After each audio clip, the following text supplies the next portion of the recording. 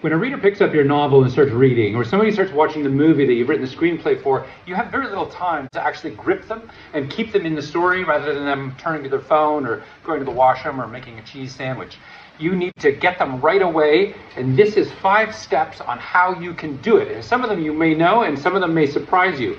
All right, so the first one is pretty obvious, and people say it all the time. You need to start on action. Don't start on world building. Don't start on info dumps, backstory, and so on. You need to enter in media res, right in the middle of the action. And that can mean different things. So, for instance, in the movie Drive with Ryan Gosling, we start with a robbery scene where we see him doing what is an ordinary day in the life of his character. And we learn about the ordinary world not through him talking about it, but seeing it. In the book Annihilation, we enter and we are thrown into the context of this strange world in which there's a tower which descends downwards into the earth. We are immediately disoriented and given the sense that we live in a surreal world in this book. The second thing that needs to happen is you need to introduce the inciting friction of the story. We need to get a sense that something is up, that something is going to happen that's bad. Of course, we get that with Drive, with the him driving like a lunatic through the town, trying to get away from the police. Something bad happens. In Foundation, Harry Seldon is arrested in the first chapter of Foundation, and that sets in motion the whole series of books and, of course, the TV series as well. Thirdly, you need to establish, not exactly empathy, but you need to establish a connection to your principal character or characters. And that can be through them being likable, but it also can be just them being compelling.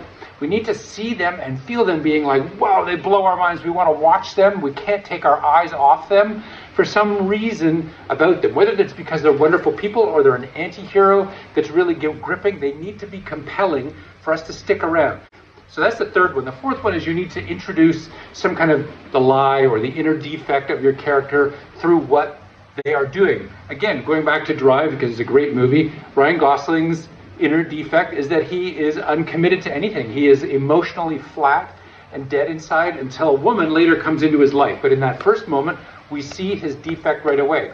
When we meet Neo in The Matrix, we see him as a person who lacks confidence in his own abilities, somebody who's alienated from the world around him.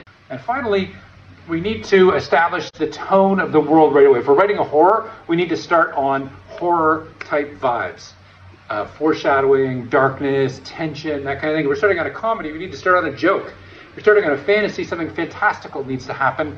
In the first page of the book, we need to be thrown into that world because you're telling people the rules of the world that they're entering into, and you're creating a contract between you and the reader.